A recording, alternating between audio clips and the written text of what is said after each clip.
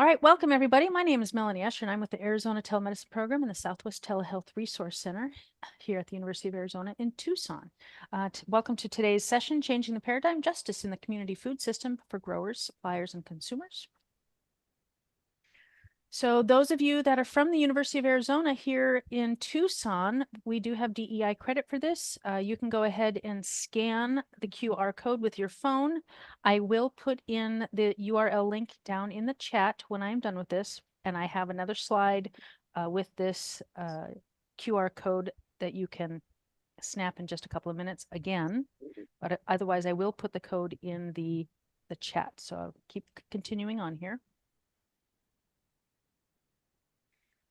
Again, so this series is Improving Access to Quality Medical Care webinar series. We've got the Arizona Telemedicine Program, the Southwest Telehealth Resource Center, National Reach Coalition, the University of Arizona Mellon Eden Zuckerman College of Public Health, and Asian Media Access. So here at the University of Arizona, we respectfully acknowledge the University of Arizona is on the land and territories of Indigenous peoples. Today, Arizona is home to 22 federally recognized tribes, with Tucson being home to the O'odham and the Yaqui. Committed to diversity and inclusion, the university strives to build sustainable relationships with sovereign Native nations and Indigenous communities through education offerings, partnerships, and community service.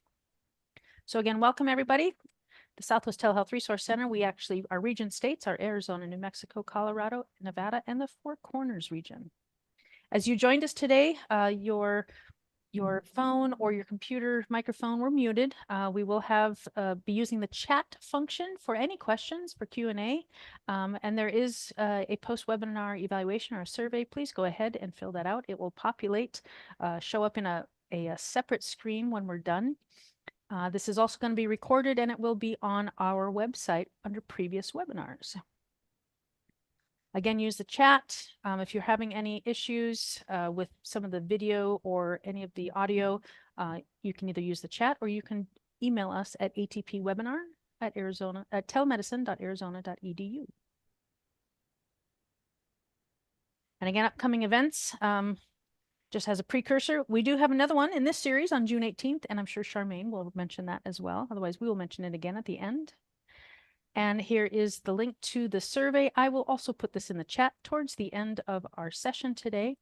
And this is made possible by the National Reach Coalition with funding support from the National COVID-19 Resiliency Network of Morehouse School of Medicine, and with technical support from the Office of the Advancement of Telehealth and the Office of Health Information Technology at HRSA.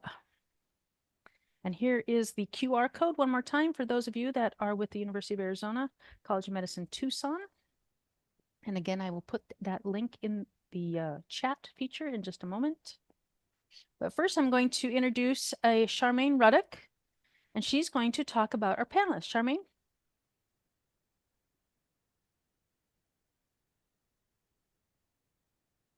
I can't quite hear you.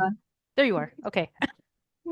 Today's webinar, Changing the Paradigm, Justice in the Community Food System for Growers, Suppliers, and Consumers. Welcome. The National Reach Coalition is proud to present, along with our very, very valuable longtime partner on many of our webinar series over the past 4 years, the Arizona Telemedicine Program, today's webinar.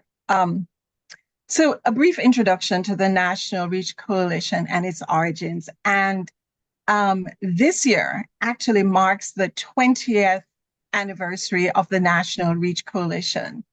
20 years ago, grantees of the CDC's Racial and Ethnic Approaches to Community Health, whose acronym is REACH, launched a 501c3 organization that sought to ensure that the voices of the communities experiencing racial and ethnic health disparities were driving the necessary changes and decision-making that were needed in policies, system changes, the kind of changes that would lead to community-wide changes and promote in substantive and sustainable ways the establishment of health equity.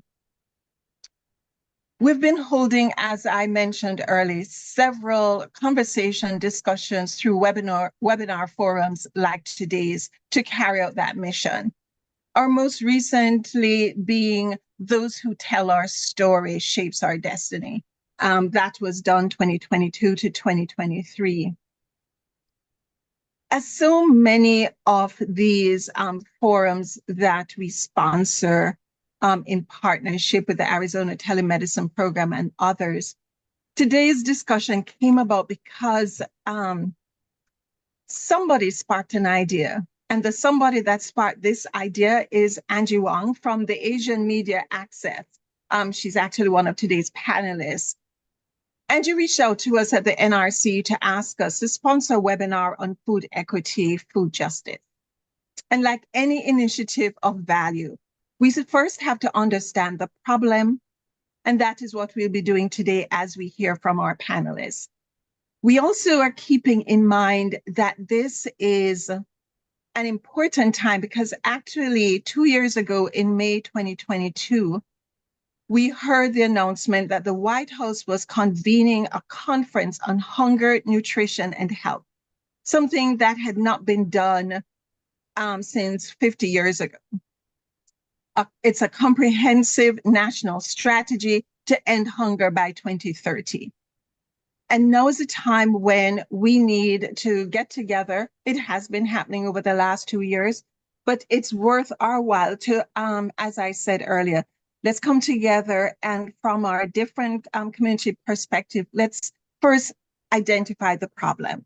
And so with that, I am going to start with introducing our panelists. I will call on them one at a time. They will come, introduce themselves, give a little bit about their background, who they are, their organization, and what they do. And our first person I'm going to call on is Ange Hwang, who is the Executive Director of Asian Media Access. Angie. Thanks so much. Thanks, Xiaoming and the National Reach Coalition. I'm Angie. I'm with Asian Media Access. We have been involved in the food insecurity issue at very early, roughly 2012. At the beginning, we really just giving out a couple times doing the full release. Until hit the COVID, we starting to realize the in-depth of the problems, and we're starting to involve very deep into food distributions and also the Asian hot meal distribution. And I'll circle back to talk more after everyone. Thank you. Thank you, Angie. Next, we're going to ask Jose Oliva, who is the campaigns director at HEAL, Health, Environment, Agriculture, and Labor Food Alliance, to, as I said, introduce himself, who you are, your organization, background, what you do. Jose, welcome. Thank you so much, Charmaine, and I'm glad to be here. Thanks, everyone, for being here as well. As Charmaine said, my name is Jose Oliva. I'm one of the co-founders and the campaigns director of HEAL Food Alliance. The work that we do comes from the acknowledgement that food is a connector of us all. And food is not a simple item, right? It is something that touches every bit of our society. And thus, it has to be treated holistically, not as a one-off project. So that's what I'll be talking about, and I'm glad to be here. Thank you. Thank you, Jose. Next, we're going to hear from Michael Chaney, who is the founder of Project Sweetie Pie, and who now partners with 4-H University of Minnesota Extension and the College of Food, Agriculture, and Natural Resource Centers to charter a sustainable urban agricultural program and model in Minneapolis schools. Michael Chaney, welcome. Thank you for being here. You're muted, Michael.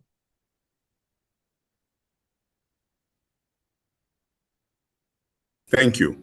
North Minneapolis is going green. Give us a call and learn what we mean. Where once lie urban blight, now sits luscious garden sites. Gardens without borders, classrooms without walls. Architects of our own destinies. Access to food, justice for all. And now, like sweet vines, our missions and goals all intertwined. Good day. My name is Michael Chaney. I'm an activist and organizer. In the 80s, I was the founder of the Minnesota Juneteenth celebration, spent 18 years working on that project. In the 90s, I was the founder of the Wendell Phillips Credit Union in South Minneapolis. And in 2010, when our predominantly African-American school came under attack, myself and others were part of a group called Afro-Eco. We were sitting around commiserating about the threatened closing of the school because we knew that the killing of a school is the killing of the heart of any community. And so we couldn't passively sit by and watch that happen. And so I learned that they had a green room that had been fallow since the 90s. And so I approached them and I asked them if I could get the youth in North Minneapolis to start growing vegetables, could I utilize that green room? They agreed, and thus Project Sweetie Pie was born. Project Sweetie Pie, the story of a community came together, worked for the common good of the youth and families of its community, for it takes a village to raise a child. We're growing good in the neighborhood. Good schools, good food, good youth and families. Education never tasted so good. Thank you, Michael. And in addition to Michael's activism, we can all see from Michael's introduction the poet that he is. So thank you, Michael.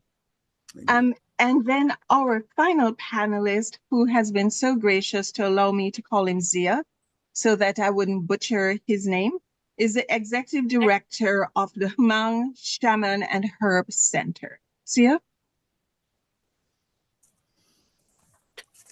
Well, good afternoon, everybody. Morning to some of us.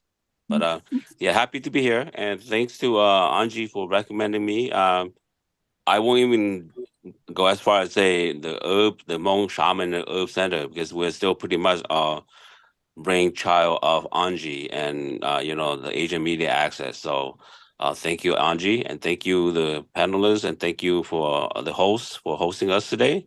Yeah, we're coming from a very culture that very similar to, I would say, our brothers in the African or the Black community, as well as the Native community, where food is everything to us, both physical and spiritual and mental. So all the well-being are connected to the food intake we have. And as we all know, modern urban American is basically feeding us with chemicals. So that's some of the things that our community have experienced in recent trend of the overindulgence in modern medical or medicated food system. So yeah, be happy to be part of this, and looking forward to the presentation.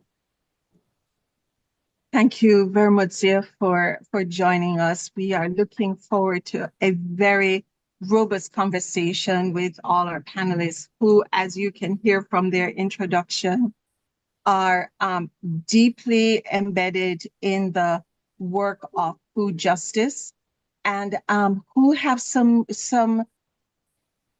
really significant thoughts about, first, what is the problem? So I wanted to read a little thing when I was preparing for this, I felt.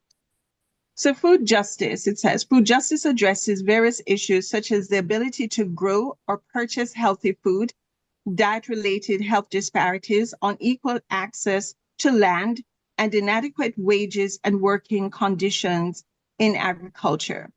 This encompasses farm labor work, land disputes, issues of status and class, environmental justice, public politics, and advocacy. Food justice is also closely connected to food security and food sovereignty.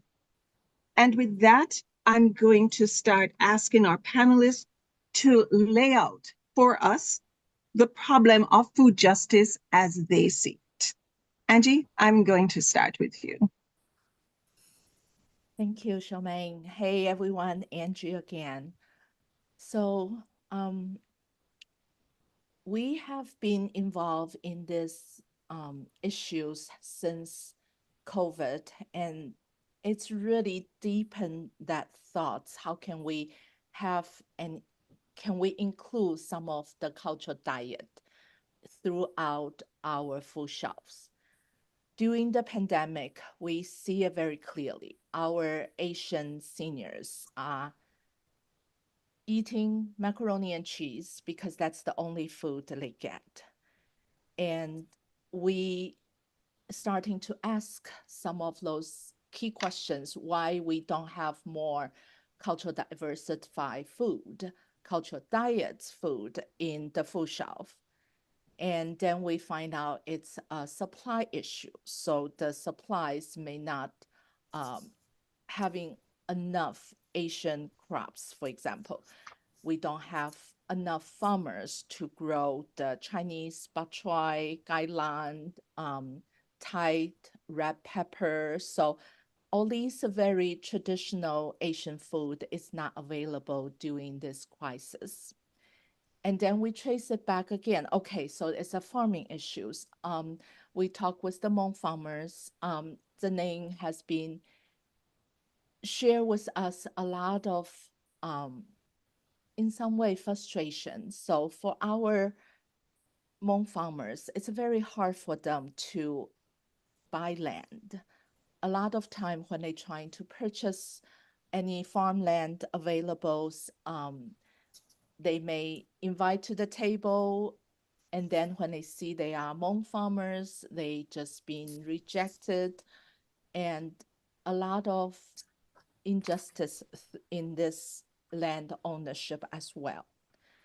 So when we see this one by one, each layer is impacting on next layer and impacting on the next, until we heard a lot of our Cambodian seniors, they've been isolated, and because of pandemic, they've been also invited to senior home. But when they live in the senior home, the food is served totally Americanized food. A lot of them don't eat much, and they died 3-4 months after they moved in to the senior house. And that's really inspired us to realize, it's not just a food issue, it's a life and death issue. And we as a community have not addressed this issue enough. We have not addressed this issue in the intersectionality way. We just giving out food in Asian media access, and we have not aware of some of the Hmong farmer has these issues of cannot get land.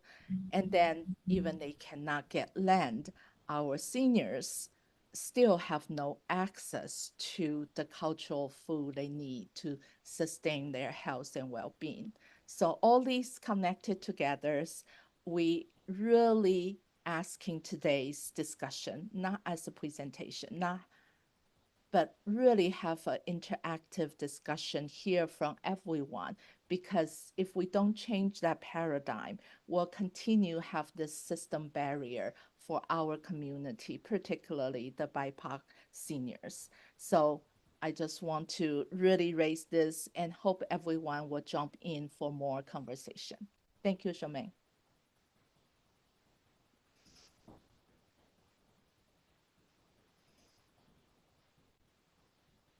I think I'm going to try and keep myself unmuted. I will just manage any noise around me, because apparently I am not aware when I'm muted versus unmuted.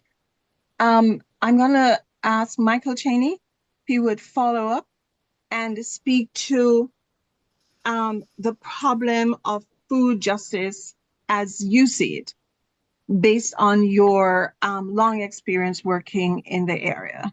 Mm-hmm. Well, thank you, Charmaine. When people ask me if I'm a grower, I say, yeah, I am, but that's not really what I'm doing. And they say, well, what do you mean by that? I said, I refer to myself as an egg patriot.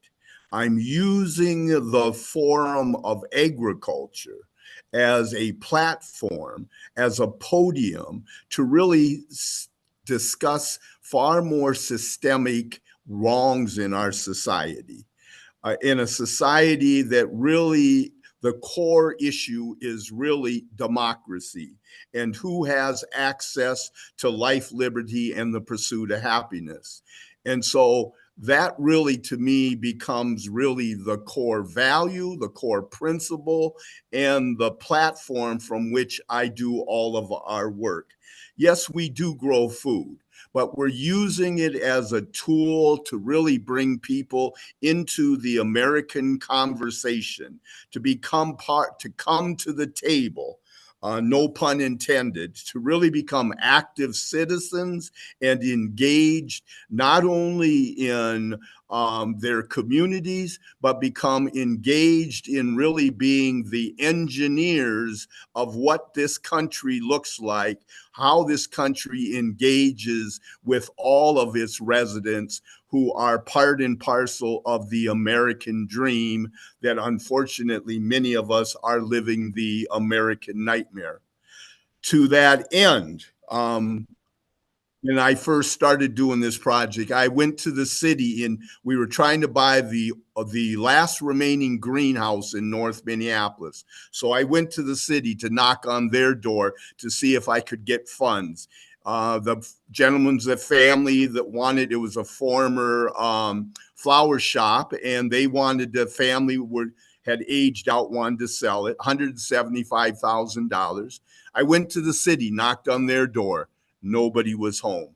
Went to the county, knocked on their door. Nobody in the manger. Finally went to, someone said, well, why don't you create a bill? I said, what is that? They said, take it to the legislative front. And so we did, took it to the Minnesota Department, the Council on Black Minnesotans. And so in partnership with the Minnesota Department of Ag, we created the first urban farm legislation in the nation. And when the Representative Poppy, who was head of the Ag Finance Committee, when she asked me, she said, well, Michael, what is urban farming? I thought about it for a minute, wondering if this was some kind of test for me to pull the sword from the stone. And I could only come up with one summoned answer. And I said, farming in urban areas.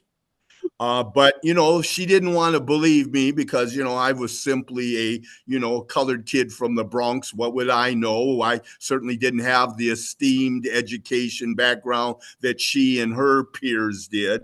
But we kept pushing and arguing and pushing for the case. Finally, we got a hearing with the Minnesota Department Ag Finance Committee. And I remember one of the comments from one of the legislators. They said, Michael, this is cutting edge legislation.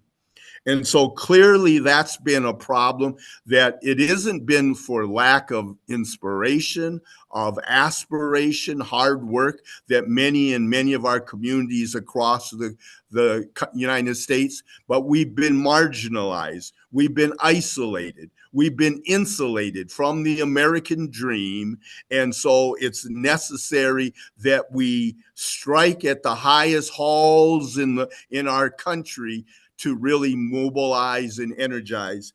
And so we finally got the bill passed. First of all, we had to do as I said, I was trying to get a mere $175,000, but they wanted to test the waters. And so they wanted to do a research study. That research study cost $250,000. Very few people have seen it. Probably even fewer have read it. And it sits on a shelf collecting dust, unfortunately, because it did not move timely enough. And it took us a couple years to get this stone rolled up the hill.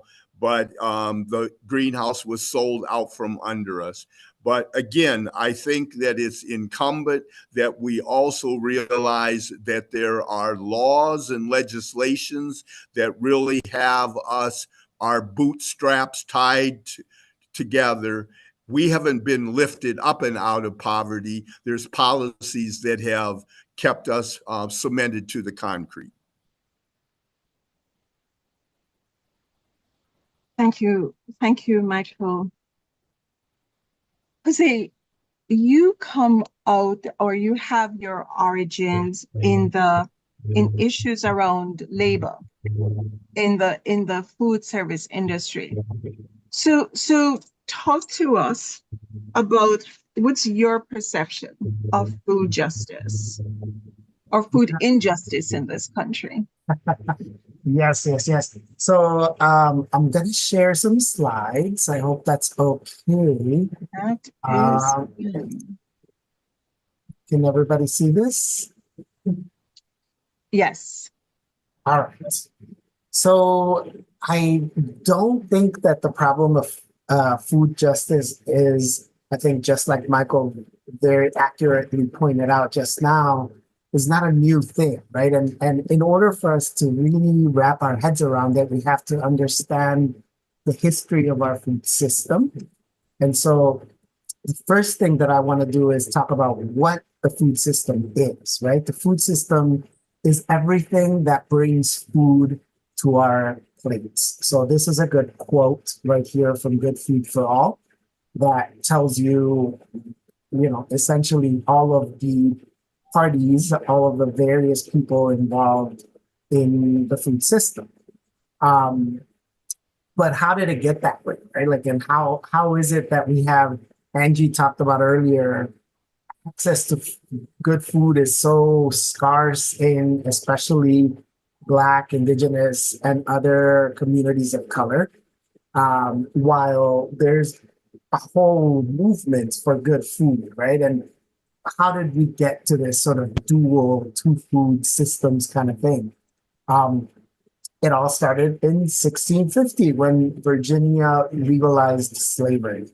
And that did one thing. It created an addiction for cheap to free labor in the food system.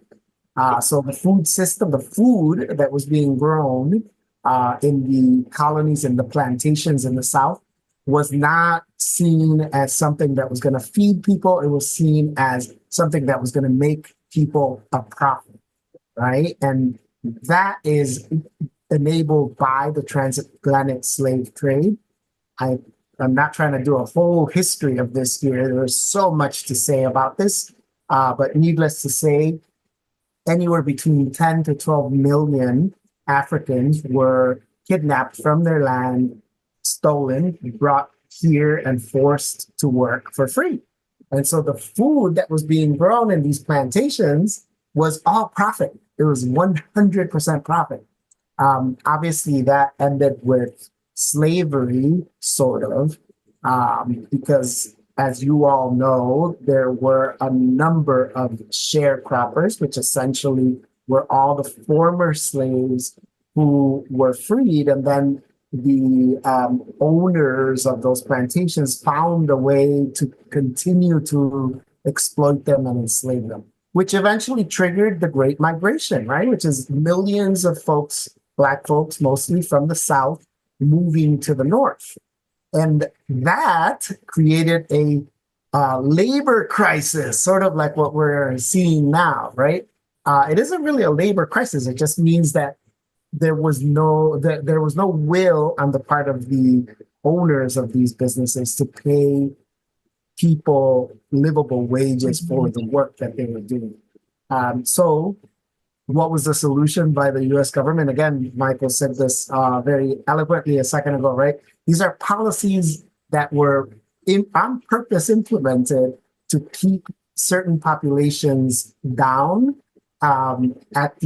so that others can benefit, right? So the Bracero program was essentially a way of importing Mexican workers to the South and to other parts of the country to work in agriculture specifically because Black workers weren't having it anymore, and paying them below minimum wage, right? That went on for over 20 years. Now, one of the things that I always tell people when I talk about our food system is that it's not a simple line, right? It's not like there's a farmer and the farmer grows this food and the food gets to your table and you eat it, right? There are multiple points along the food system where workers are involved. So yes, agriculture, we talked about that a second ago. But then there's processing and transportation, distribution, and then restaurant and grocery stores, as well as food vendors, street vendors, and so forth. Those are all part of the food system. And if you look at just by wage, what it looks like in the US, the vast majority of workers that work in the food system are both people of color and they're earning the least amount of any other sector. By the way, there's 21.5 million workers in the food system. 21.5 million is bigger than any other sector of our economy, and it's the lowest paid. So just for those of you who are economy minded, you know what that suck effect is, right? Like when you have the largest segment of a workforce being paid the lowest amount, it brings everybody else down. I wanted to share some statistics on Black land loss and on health and safety in the workplace and food system. Because it's ironic, to me, it's ironic that we have food workers, 21.5 million of which that are 2.5 times more likely to access programs like SNAP. So in other words, the people that are putting food on our table can't afford to put food on their own table. So this is my presentation. I wanted to make sure that we rooted ourselves in history. This is why the vast majority, but when people say the food system is broken, I say, no, it's not. It's working perfectly fine for the people who set it up, right? It's not working for us, but it wasn't intended for us. It was intended for the 1%, the people who are making a whole lot of money off of, whatever food you eat every day. Yeah, thank you. That was a history lesson in a very, very short period of time. That was really helpful to see. I'm going to ask Zia, Zia, are you on? Yeah, I'm here. Zia, I understand that you're a farmer. Is my understanding correct? I just like Michael said, I would say yes, but I'm more of the advocate for farmers. All right. Yep. So as an advocate for farmers, Zia, from your perspective, what's the problem with our food system as you see it? Why do we have issues of food justice? Yeah, I think Angie already touched on, the very basic, the detail. I'm just gonna speak a little bit more of my actual background and very brief time that I work with MDA, which is the Department of Agriculture in Minnesota. So what I saw, probably, if anything, has to do with the fact that we don't have access. The community do not have access to the resource for more long-term, more strategic farming at a greater scales. And then the resource do not have access to the community. Mainly from my brief experience with MDA, Minnesota Department of Agriculture, those people that are responsible to distribute the resource to the community, they do not have any connection to the community, so they don't have access to the community, and the information is not provided. So the community do not, don't even know, let alone have access to. And even if they know, everything's in English. Everything is tailored to the more, I would say, mainstream, where you have to have established, formal established of farming credentials, farming and business, and none of the community, not just the Hmong community, but mostly the new Minnesotan or new American community, mainly from my experience, the Southeast Asian or the Asian, refugees. And we talk about refugees and immigrant. I'm sure you guys know what we meant by the difference between the refugee and the immigrant. So yeah, so the primarily, again, the Southeast Asian, refugee community, they do not have, not only they do not have access, but they don't even know where to begin. One good example that Minnesota Department of Agriculture started it, but I don't know if they still have the funding to continue. But they have this program, they call it the Farming Transition Program, where they find, existing, farmer who wish to retire from their farming, and but they don't want to give up the farming, the land, and they want to find some assistance and then transition that out to, potential new farmer. And I thought that would be perfect for not only the Asian community, but for the, new community that come into Minnesota, regardless of what race you're coming from, what ethnic you're coming from. That would be perfect for those, that are interested in farming at a greater scales. But I would say, the community of color do not even know about that program, and then you got all this rich farmer that continuously receive, governmental funds and aids, but they cannot, provide that benefits start where they're at. It doesn't trigger down to the community where, could benefit from such service and could have access to and continue that farm. So, so that's my piece. So I'll just leave it at that and see if we have any questions we can talk about more later. Sure. Thank you, Zio. So Jose, I wanted to circle back to you because you gave us a wonderful history lesson about the fact that food injustice is not just now. And we have a food system deeply rooted in injustices. I wanted to have you comment with that history when you hear Angie talk about the challenges that the farmers in the Hmong community and the Asian community, the problem with them buying land and land ownership as a starting point to then address the issue of consuming the kind of culturally relevant food that community and the elders in particular that she brought her attention to. How do you connect the history of the food system and a broken food system here and the challenges that the new Americans that Angie spoke about are finding? Yeah. I mean, the reality, and Angie, I'm not trying to give you advice on on how to do your work. I'm sure you're doing amazing work. But the reality is that there is no actual pathway that is set up or that systemically there has ever been set up for people who don't have land and want land and want access to land can have that. And it's set up that way for a reason, right? It first and foremost, most of the land, if not all of the land in this country, is stolen land, right? It belonged originally to Native people who lived here thousands of years before white Americans or any other Americans came.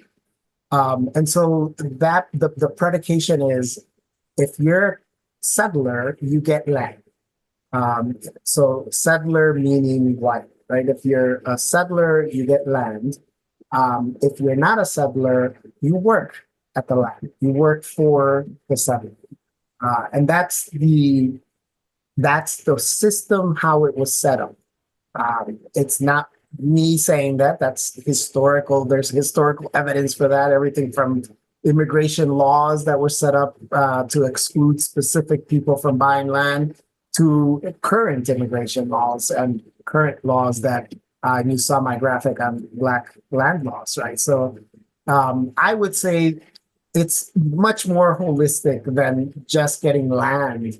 That's a good starting point. If that is your starting point, I don't think there is a place that you have to start, but that can't be the end, because that is not going to change the food system as a whole, right? You might get more nutritious food to some of the seniors, but that's not going to create a whole sea change in their diet and in access to the food that they require, cultural or nutritious or otherwise.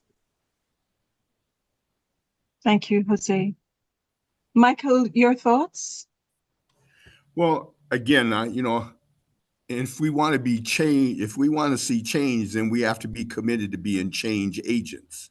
It's that simple. And so I want to start with the premise that slavery never ended, that slavery is every bit as virulent as it's ever been. Make no mistake about it, that poverty is slavery.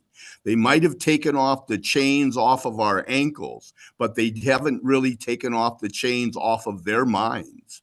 And so until we really reckon with that reality, that again, we have a system that is not just a broken food system, that's just a symptom of how nefarious and how flawed a system is, that does not mean to life, liberty, and the pursuit of happiness for all.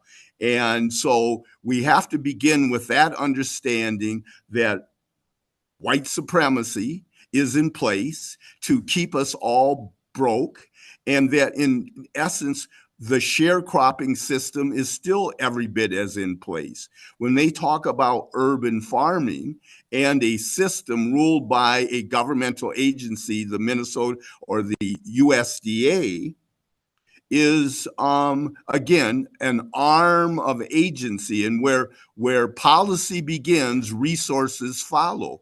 And as most recently, we all know, or people know about the Pickford lawsuit, where black farmlands that Jose talks about were systemically stolen from African American people, Native American people. So it's always been a land grab. It continues to be a land grab.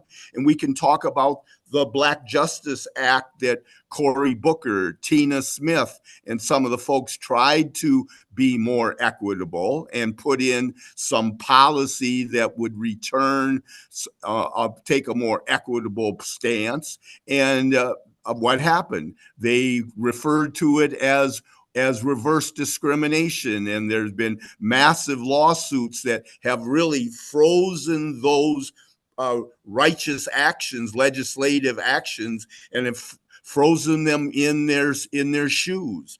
And so we have to be clear about that, that this is food justice, is environmental justice, is social justice, is climate justice, and that as they see justice, it does not mean us. It is just them, and we are the ones that we are perpetuated as the predator, when indeed historically history would show that we would be the prey.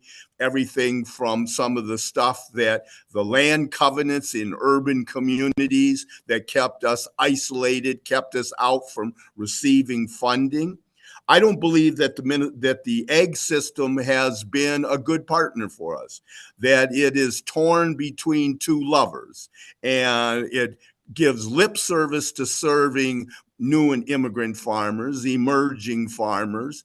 And of course, then we get bogged down into that bureaucratic rhyme. Are you a beginning farmer? Are you an emerging farmer? These are all wordplay and word games to keep us all confused and to do a sleight of hands where hocus pocus, the Murphy game, where all of a sudden we all are set down. And so we have to really charge the hill and take the hill and birth new legislation and continue to look at that farm bill. I just came back from Washington, D.C. I spent 3 days out there with Earth Justice, who flew in 10 urban farmers from around the country. But again, it's not a realistic scenario. It's fraudulent. And until we really look reality in the eye and realize that the deck has been stacked against us, it is stacked against us, and that they are not interested in making democracy, life, liberty, and the pursuit of all. It is an effort to really capture and claim their space so that the rest of us can be second-class citizens, indentured servants, eat the crumbs that fall from their lips. Can I Thank you, jump Michael. through? Jose, of course. Sorry. Yeah. I just want to, No, no. I want to add something to what Michael's saying. I think I agree with what you're saying, Michael. I think, and I don't want to get too far into the solutions. I know you're going to have another webinar on that, but I do want to say one thing in terms of solutions, and that is that people who are directly impacted by the system should be the ones crafting the solutions, right? So that bill that Michael just referenced, that Cory Booker introduced, that was not Cory Booker out of the blue just saying, "Oh, we're gonna draft this bill." That was him talking with folks from the National Black Free Justice Alliance. That was him talking to communities directly on the ground. He also introduced this other bill called PAMWA, the Protect American Meat Workers Act. Again, that was not something just out of the blue from his head. Right? As smart as he is, like he's not a meatpacking worker. So he consulted with FEEL and with Food Chain Workers Alliance and a number of other food worker organizations in order for that to happen. So it's critical to keep in mind that the solutions are not something that some savior is going to come and give us. It is something that we have to fight for. And we are the only ones that can design those solutions, not somebody outside of our communities. Thank you, Thank Jose and you. Michael. Angie? Yeah, I would just want to add, this is really a layer of Angie, barriers. we need you a little louder. Sorry. I think That's- this is a really layers of layers barrier, particularly for our Southeast Asian immigrants and refugees who may not familiar with culture, who may not even be able to have the language ability to get to certain level of advocacy. So that's what I will hope is we can think this advocacy as a holistic approach. Policy totally is a good one, but how could we in the meantime be able to really pay attention to those others' needs? My seniors, they have urgent needs. So how could we do that? Be able to bring them some of those cultural food through different venues so we would be able to see that happen, a very basic human right happen, maybe not just at the policy level. Then how can we be able to starting programming level? So starting some of the ways we would not to fix the broken system right away, but we need some patches now. So I hope that discussion can hear also from our participants today. So a lot of them may have some good programming, good action item. Xiaoming, is that okay to hear from our Look, audience? this is a conversation we're all having. So I am open to people weighing in on it. And if there are audience members who have some thoughts, fine. Jose, I thought I saw you unmuted, so I didn't know if you wanted to respond to Angie's question. Yeah, I tend to talk too much, so No. You I can cannot guess talk too myself. much here. I'll say one last thing, and then I'm going to shut up. No, please. What Angie's saying, I think in our communities, we know this in my community. I'm Guatemalan. People came here fleeing a war. There was an immediate need, right, to provide some basic services to folks. And so that's necessary, Angie. I agree 100% that you can't just focus on one thing. Now, what I suggest is think of your organizations as an ecosystem, right? So you have some organizations that are focused on providing the dire sort of emergency services that are necessary. You have other organizations that are focused on policy change and organizing our communities so that that change is deeply rooted, right? And then you have other organizations that are education organizations and that are just giving people the knowledge of what they need, right? All of that is necessary. I'm not speaking for anybody else here, but Heal doesn't believe that there is just one path to creating the food system that we need, right? We need all of these paths. And that's in many ways, I think, what we want to do with both the policy work that we're doing and supporting local farmers and local growers and local workers.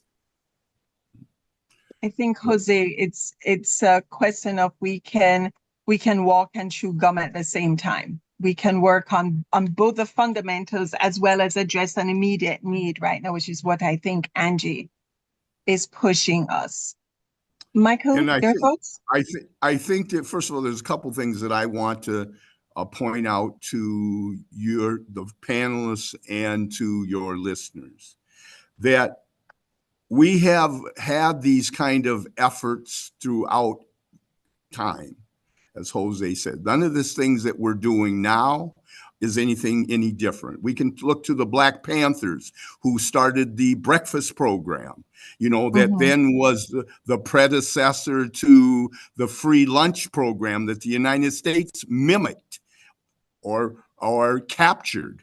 We can look at the work of Elijah Muhammad and those brothers and sisters across the United States that were hawking bean pies on the corners in the 60s and the 70s. Well, what people don't realize is that behind those pie-making enterprises, that there were acres and acres of land that they had acquired to grow their food.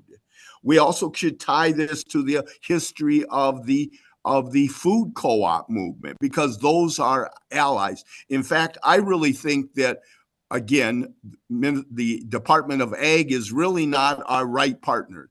I think that we need to be looking at food co-ops and looking at that as a model. People don't realize that Land of Lakes, the butter people, that they are a co-op. They don't realize that that Kemp's is a co-op, farmer-owned co-op. And so I think we should be looking at some of those models that would put us placed squarely between food co-ops. Now we are part of their supply chain, and credit unions. Now we're part of their revenue stream and their bottom line. And so I think we have to use innovation. We have to think innovatively and be creative and look at history. When we talk about history and we talk about the WPA movement and the work that came out of the New Deal, where they created the Victory Garden movements. In essence, Project Sweetie Pie, we have gardens we're kind of the Johnny Appleseed of urban farming and kind of the Pied Piper of the food justice system.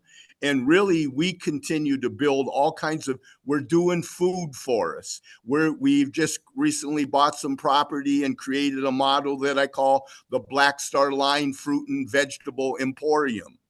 10 years ago, we created on the culinary side of the equation, we created a project that I call the Youth Cafe, youth-led, youth-fed. The future is now. It's incumbent on us to not do the same thing that the family farmers did by not building a succession plan, that we really have to educate each and every one of our young people, bring them into these tables, bring them into these conversations, take them under our wing, become mentors and role models for them so that we can turn over the keys to the Maserati as we age out, that we're making sure that we are building the next generation of youth advocates, youth educators, and and food practitioners. Secondly, we always relegate the food in the nonprofits world. We look at it as youth development. We use it in terms of community development, but we never really build out on that economic development level and plateau. And so until it's hard to live in a free enterprise system unless you have goods or service. And so I want to urge your farmers and your growers and your nonprofit organizations. I say the smartest nonprofit in the world has been the Girl Scouts, because they realized that you had to have a revenue stream and you couldn't just rely on somebody else's altruism and good faith. And so they birthed the Girl Scout cookie. And so if we think in terms of value-added food production, I always like to say that we won't know equity and inclusion until the food that is sitting on our big box stores is more reflective of the diversity of our culture. A family recipe is a family business suffering from arrested development. So let's move forward with post haste to really engineer those kind of strategies that are not only on the growing side of the equation, but also on the retail side of the equation as well. And craft what I like to say, where food meets ag grows culture. And that a garden is a petri dish where we are to Angie's comments, that changing of a paradigm. We as immigrants, we as communities of color, we have been socially engineered in their matrix to be consumers. We have to change that paradigm where we become producers and we are part of the American economy. And we shouldn't be asking for a contract from Minneapolis Public Schools, from St. Paul Public Schools, from Dallas Public Schools. We should be demanding it, because those are our children, and the same young people that we want to see eating this food, we ought to be seeing them growing the food and receiving a remuneration for their efforts, so that we could then grow to the kind of scale that we could be part of the supply chain to our school system. Those are our tax dollars. Those are our children. And we could go back into the 60s and the work of Reverend Jesse Jackson and Push and some of the protests and sit-ins. Until we get our share of the pie, nobody should be eating. Thank you, Michael. Michael Johnson posted a question. Michael Chaney, I think you saw it and had a response, but I want to bring it forward to have you all respond to it. Is the disappearing farmer in the USA due more to the type of work, occupation that it is? It is very physically demanding, and many farmer families are reluctant to have their children doing this work, as it requires many long days and have so many other factors, such as weather, that can wreak havoc on the farm. Who wants to respond? I said I wasn't going to talk anymore, and here I want you to continue talking, Jose. Mm-hmm. It's a complicated answer. There isn't one simple thing that is causing the decline of farmers. And really, when we look at the decline of farmers, we're really talking about the decline of white farmers. Not to say that other farmers, people of color, have been growing, even though some of them have. But the statistics in general just show all farming, all agriculture, small to medium-sized businesses just on a very steep downward trend. And so one of the reasons for that is the labor. Not that there isn't labor, but that we have created a system where labor has to be super cheap in order for you to make any money on a farm, right? Secondly, there is a real anti-immigrant sentiment right now. So that cheap labor that used to be easy to get via undocumented workers is actually not that easy to get anymore. And so people are feeling the strain on their business, right? And they're saying, well, might as well sell it to the developers, right? And cash out on my farm. There's also a fair amount, and then the statistics show this, and there's a lot of evidence for this. There's a fair amount of just outright racism where we know what the solution could be. It is what Angie is hinting at. It means farmers, white farmers who are transitioning out and then they don't have a plan for what's going to happen to their land. That land should go to the BIPOC farmers, the Black, Indigenous, people of color farmers. But that isn't happening essentially because they're racist. They don't want a Black person or a Latino or anybody else farming on their land. And then there's many other reasons, right? But those are the top line ones, if you will. Michael Chaney, I know you had responded in the chat. Do you want to speak a little bit more? Well, I think it begins with a PR campaign. Farmers themselves, wanted to have it both ways. They wanted to create their little Shangri-La, their escape from the hordes of the city, and they ran away to the country to create their beautiful haven. And yet, at the same time, they sent a mixed message to their children. This life is not for you. Go away, get an education. I sacrificed my life. Well, you can't have it both ways. You can't be a rugged individualist and then at the same time not be open to the changing markets, the changing times, and the changing demographics of your community. So they did not create a succession plan. And the society at large has always been as hostile to farmers in rural communities. They are every bit as marginalized and suffering from many of the same consequences. We have more alike with rural communities than they want to admit.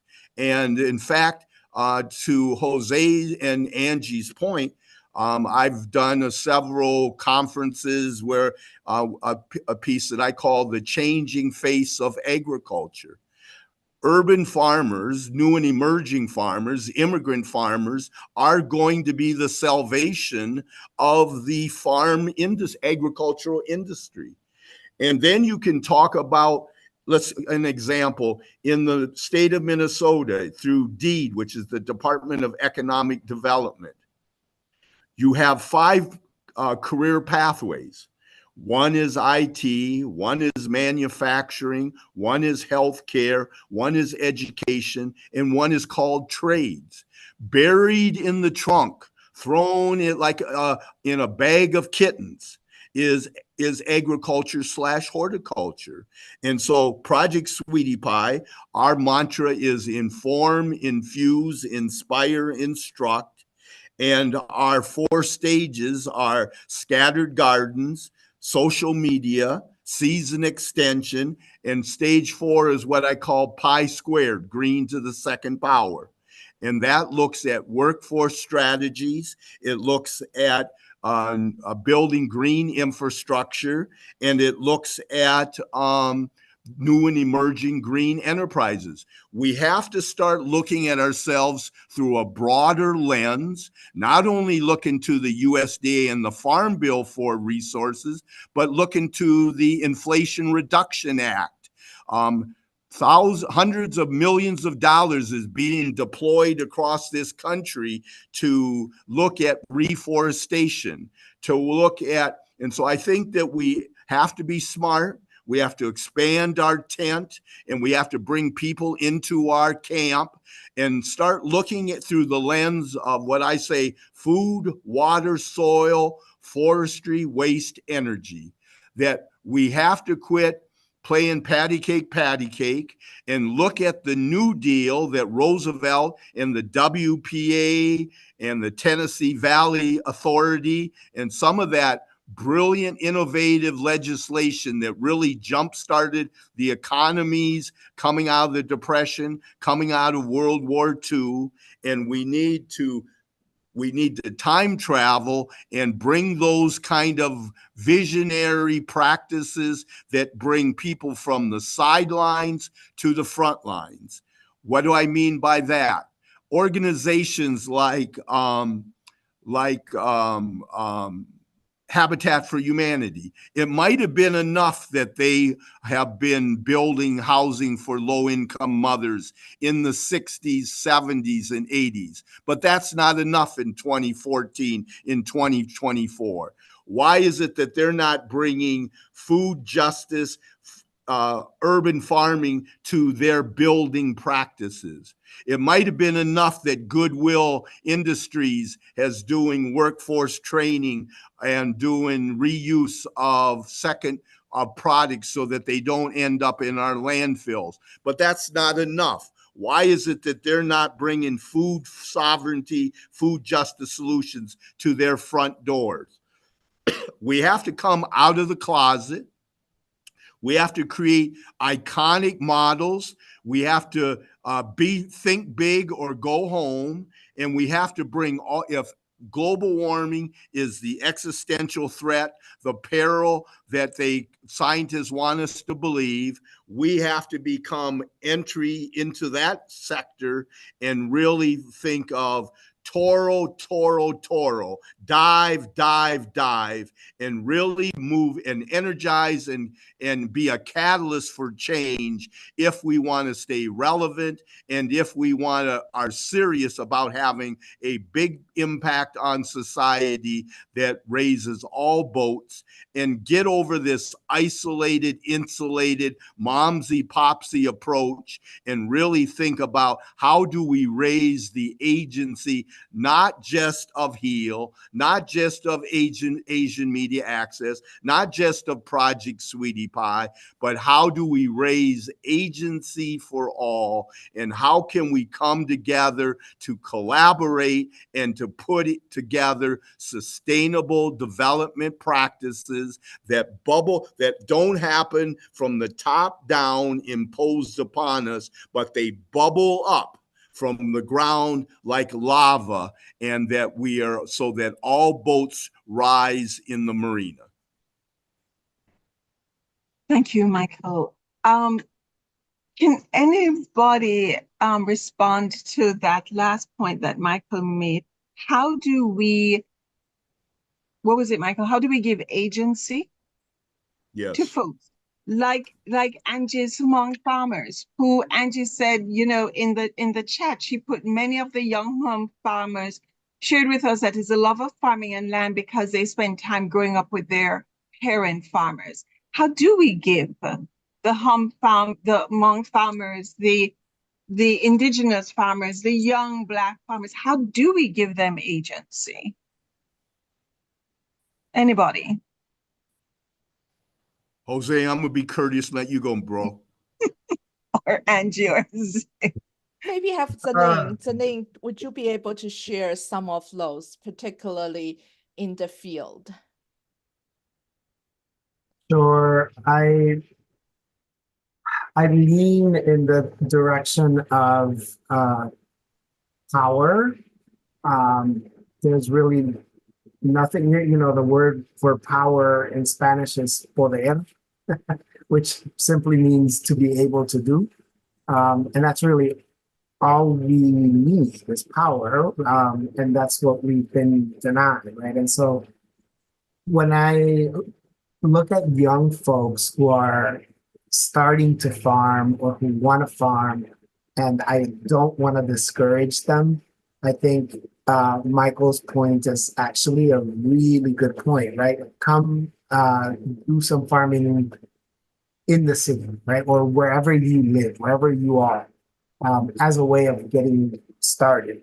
Now, these are folks they have the experience, they've been doing it, but they just lack the land. then I think it's an organizing campaign, what you're looking at, right? You want to bring all of those folks together, and together you want to demand land from whomever it is that makes the decisions around who gets land and who doesn't, right? Whether that's USDA or it's MDA in the case of Minnesota. I think that's what you said when you were based.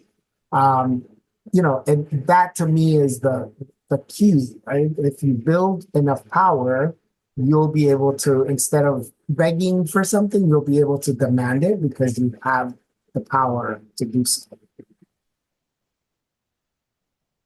So, Michael, were you going to weigh in, or can I be a little burr under the saddle of Jose as he just talked? Jose, we're in a situation right now where we see it politically, educationally. There is a real intentional drive to make sure that power that seemed to be going out to others, that gets stopped, right?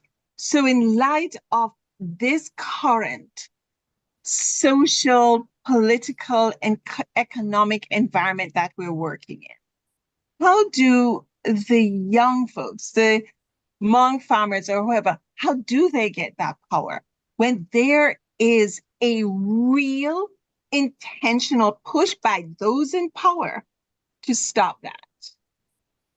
Yeah, no, and I don't debate that. I think that's absolutely true. There's a worldwide tendency towards fascism right now. A lot of European countries and countries all over the world have elected these very, very authoritarian, very right-wing dictator types who consolidate power and who do not share that power with others, especially minorities, right? In our country, we are minorities. If some folks had their way, we would have absolutely no power.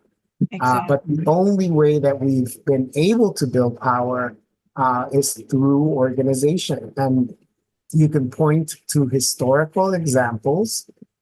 Michael pointed at the Black Panthers earlier. They built a ton of power by doing just what I just described, right? Bringing a lot of people together. If you form a block of people, you are a power to be contended with, because you can actually influence elections, right? And the people who are elected in those offices know that. So, just one really quick story. We started doing this work here in Chicago about almost 8 years ago now, in 2015, to pass a piece of policy at the local level. Chicago, it's not like this anymore, but back then it was. Chicago was a very dictatorial place. The mayor appoints all of the school board people. The mayor is the one that sort of makes or breaks the career of any of our alder people, the city council. And so the mayor was really the person that we were targeting, and that was Rahm Emanuel. I know many of you remember him from the Obama years. Rahm Emanuel is not a very, he's not into sharing power. Let's put it that way. But we brought together 42 organizations from all over the city, from urban farmers to labor organizations to healthcare organizations to all of every single one of the 5 value categories of our policy, of the good food purchasing policy. They were all in one room together, and each of them had members that represented sometimes hundreds of thousands of people, right? And so once you have that amount of power, Rahm Emanuel came to our mayoral debate.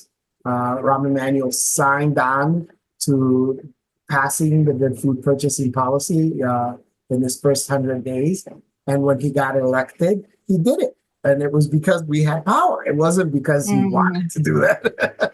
And so, it's a story of how you can do it. It's not a story for me to brag about, right? It's something that anyone can do this, right? It's just a matter of bringing enough people together, bringing enough organizations together, having a common self-interest, making sure that that self-interest is clear and that your demand is clear and that you have a strategy for addressing the person who's going to make the decision, right? Like, it's not, no matter how much power they have, the ability of people to come together will always be able to speak truth to that power. Thank you, Jose. Michael? Well, again, I think that there's a number of strategies. You know, I mean, it's first of all, it's building relationships outside of the system, and it's building relationships with good people inside the system. You know, I'm not so sure that, you know, that oftentimes people that are in power have the answers, know how to make a difference. And there are those who are there to make sure that change doesn't happen. But again, there's also those that can be convinced, and are looking for innovation and new devices, new best practices. So I try to be an eternal optimist. But again, you know, I also like to say that, you know, the only thing a big dog respects is a bigger dog. And so how do you move forward to really build size is by organizing and to find friends that you historically may not, you know, oftentimes people in our state, in the legislation that I birthed, the urban ag legislation, you know, I was approached after the second year by the head of the Ag Finance Committee, who was a Republican. He says, Michael, I want to be a co-author on this bill. And then he says, well, do you want this just to be a pilot in North Minneapolis? I said, no, I want this to be statewide. I'm trying to pass this for all youth across all of our state. And I want to see us maintain the kind of legacy that we have had, as Minnesota has fed the world. It's known as one of the breadbasket of the world. And there's an interesting story. Mark Ritchie, who's a former Secretary of State and one of Project Sweetie Pie's biggest allies, we're currently working on, in 2031, we've been asked to do the Green Global Expo. And so we see these projects that I'm doing as the Yellow Brick Road, and we see that as Emerald City, that we have to get in under the coverage of these. You know how you drive down the highway, you try to get behind the big semi so that there's less friction? That's the kind of tactics and strategies. We have to become systems thinkers. We have to find strange bedfellows, and we have to find out what is our mutual concerns and how can we address our mutual interests. And so one of our biggest partners right now is the Farm Bureau agency, which is historically the largest farm agency, basically housed in the Republican side of the aisle. And I think that farmers in rural America are suffering again because of workforce, because of some of the policies that are, you know, not very well thought out, and because they realize that to stop the erosion of the family farm, we've got to grow the next generation of food producers.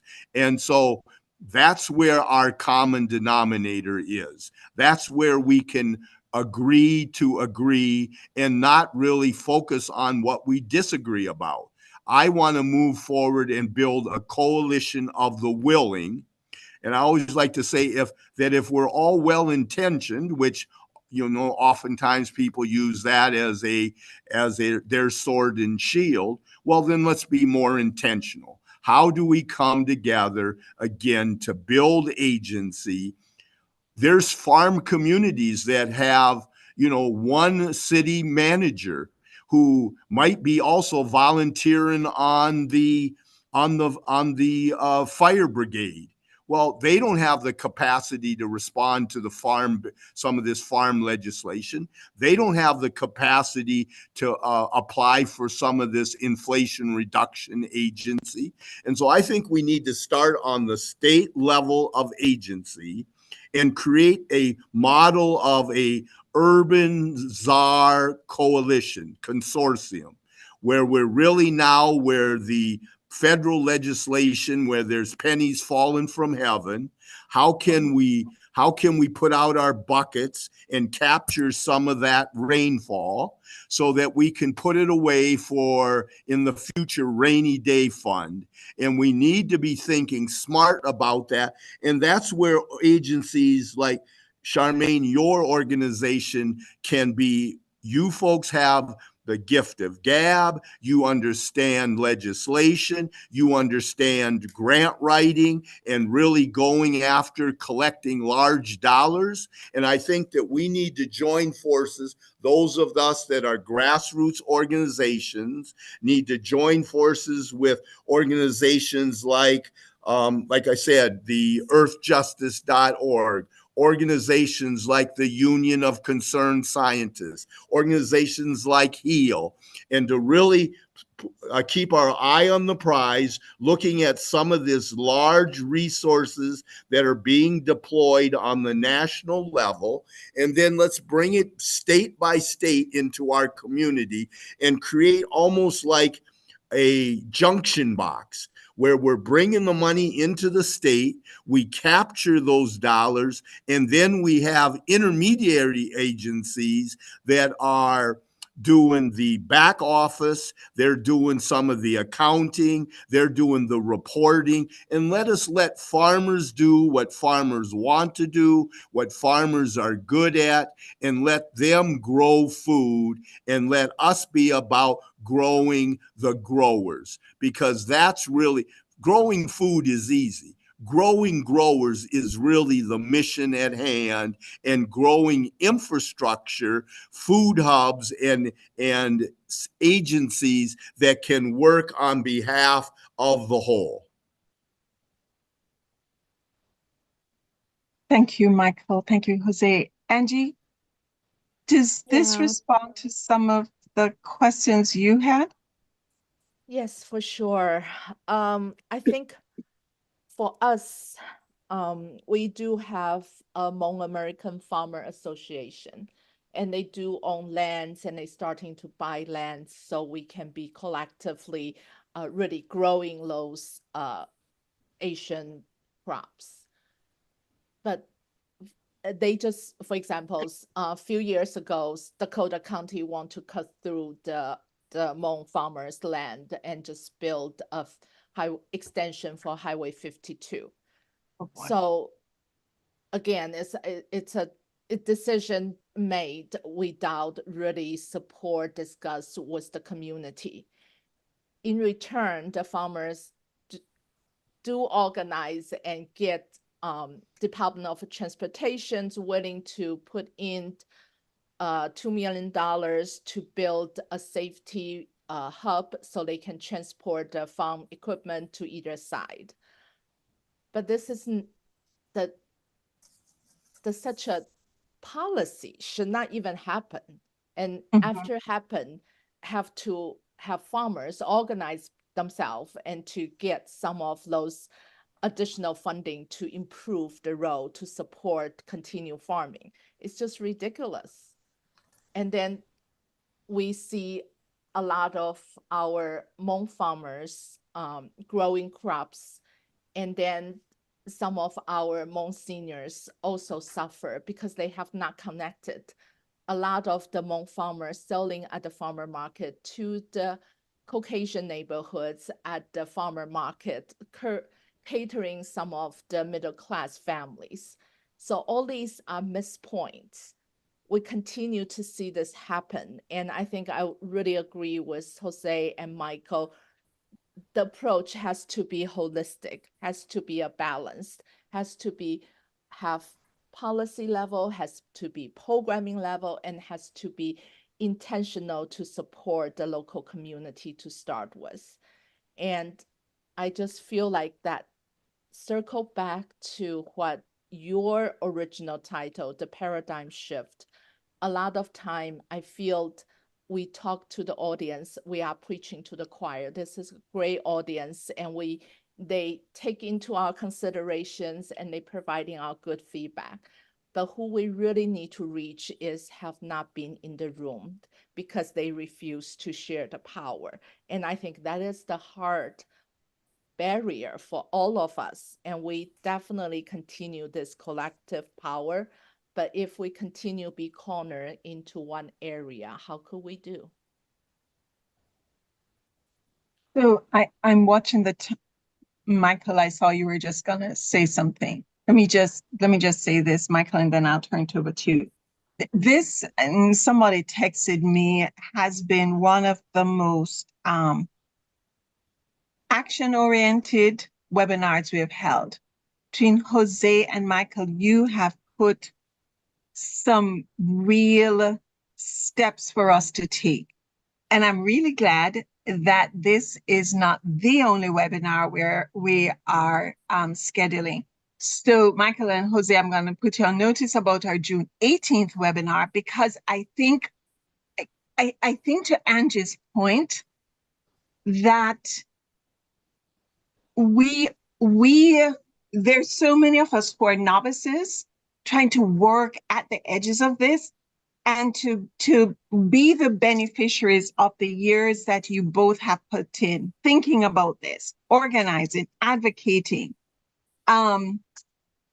winning some, losing some, that then says, here are some key things that we can share that have been a real recipe to get us there. So this is not a one-off conversation, because it is not just talking for talking's sake, but it's for some substantive recommendations that groups like the National Reach Coalition, Ange's group, and other groups can be saying to others, hey, we got some real good things that we want to share, but we need you to come hear this for yourself.